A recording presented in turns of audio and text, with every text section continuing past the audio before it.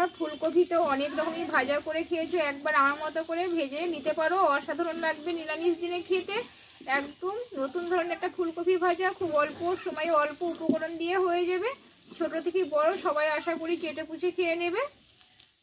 নমস্কার বন্ধুরা, আমি কাকুলি কিচেন হাউসে সবাইকে স্বাগত জানিয়ে প্রতিদিন আমরা তোমাদের কাছে নতুন রেসিপি নিয়ে চলে এসেছি। তো আজকের রেসিপি আশা করি তোমাদের ভালো লাগবে। আজকে আমি তোমাদের বানিয়ে দেখাবো ফুলকপি ভাজা, একদম নতুন ধরনের। তো চলো কীভাবে করছি তোমরা প্রথম থেকে শেষ অবধি দেখতে থাকো, আশা করি ভালো লাগবে। আর যে সকল বন্ধুরা এখন নতুন তারা চ্যানেলটা সাবস্ক্রাইব করে পাশে থেকো। তাহলে চলো শুরু করছি। দেখো এখানে বড় সাইজের একটা ফুলকপি নিয়েছি, ওই কপিটাকে আমি কেটে নেব।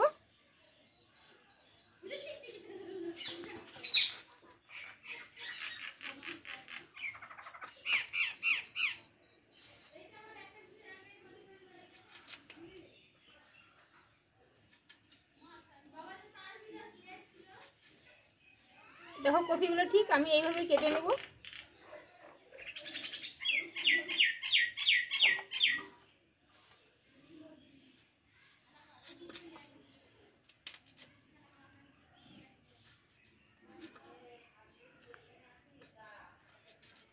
ঠিক এইরকম চিকন করে কেটে নেব কপিগুলো।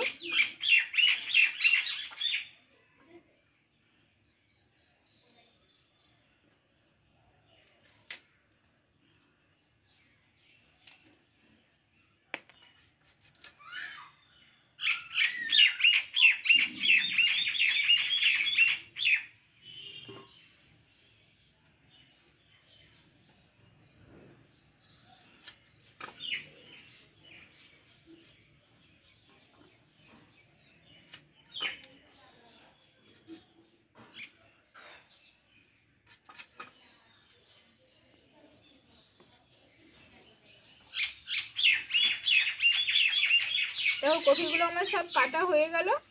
দেখো কপিটাকে ভালোভাবে ধুয়ে নিয়েছি, তবুও আমি জল দিয়ে আর একটু লবণ দিয়ে আমি আধ ঘন্টা মতো ভিজিয়ে রাখবো। লবণ দিয়ে দেবো একটু, দিয়ে আধ ঘন্টা মতো আমি রেখে দেবো কপিগুলোকে। দেখো আধ ঘন্টা মতো হয়ে গেছে। এবার আমি কপিগুলো জল থেকে তুলে নেব ভালোভাবে ধুয়ে।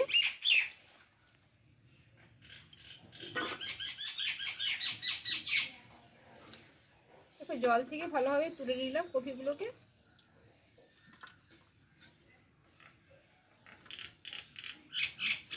এবার চলো উনুনটা ধরিয়ে নেব।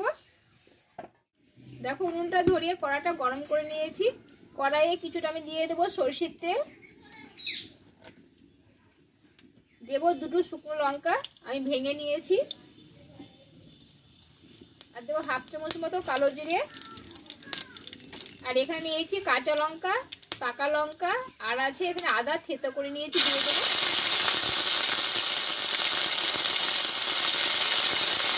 দেবো একটু হলুদ গুঁড়ো,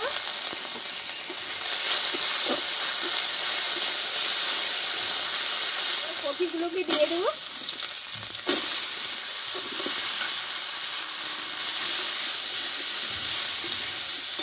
থেতো করা আদা কাঁচা লঙ্কার সঙ্গে ভালোভাবে কপিটা আমি কষে নেব।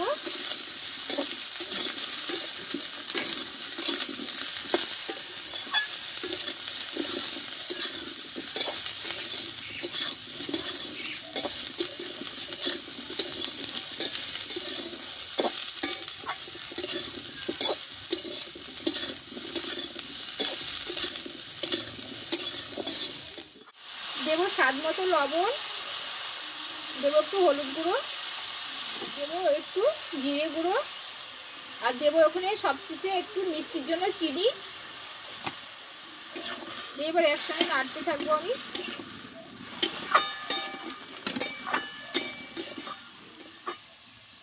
এবারে 1 মিনিট মতো আমি ঢাকা চাপা দিয়ে রেখে দেবো।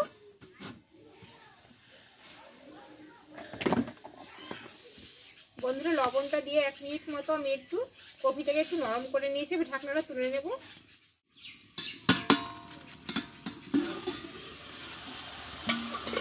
দেখো লবণ আর চিনি দেওয়াতে জলটা কতটা বেরিয়ে গেছে। এই জলটাতে কিন্তু কপিটা পুরো নরম হয়ে যাবে। আমি এটা পুরো নিরামিষভাবে কপিটা তৈরি করছি। আমি পুরো নিরামিষভাবে কপিটা রান্না করছি। তোমরা পেঁয়াজ দিয়েও করতে পারো, কিন্তু নিরামিষ দিনে এইভাবে রান্না করলে ডাল ভাতে অসাধারণ লাগবে খেতে। খুব অল্প আছে আমি 6 থেকে 7 মিনিট মতো ভালোভাবে আমি ভাজতে থাকবো কপিটাকে।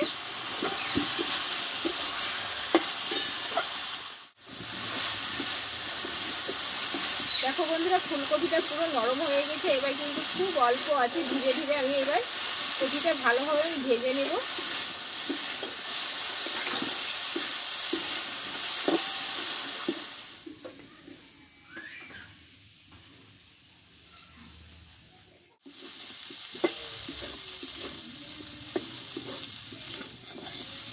দেখো বন্ধুরা কপিটা আমার ভাজা হয়ে গেছে। আর এখানে আমি দেবো 1 চামচ মতো পোস্ত। পোস্তটা দিয়ে আমি আবারও 1 মিনিট মতো ভালোভাবে কপিটাকে ভেজে নেব।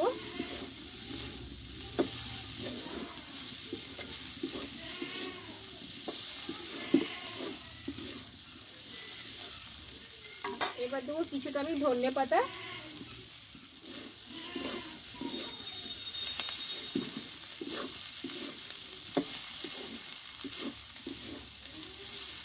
পোস্ত আর ধনে পাতাটা দিয়ে আমি খুব অল্প আছে আমি 1 মিনিট মতো ভালোভাবে কপিটাকে ভেজে নেব।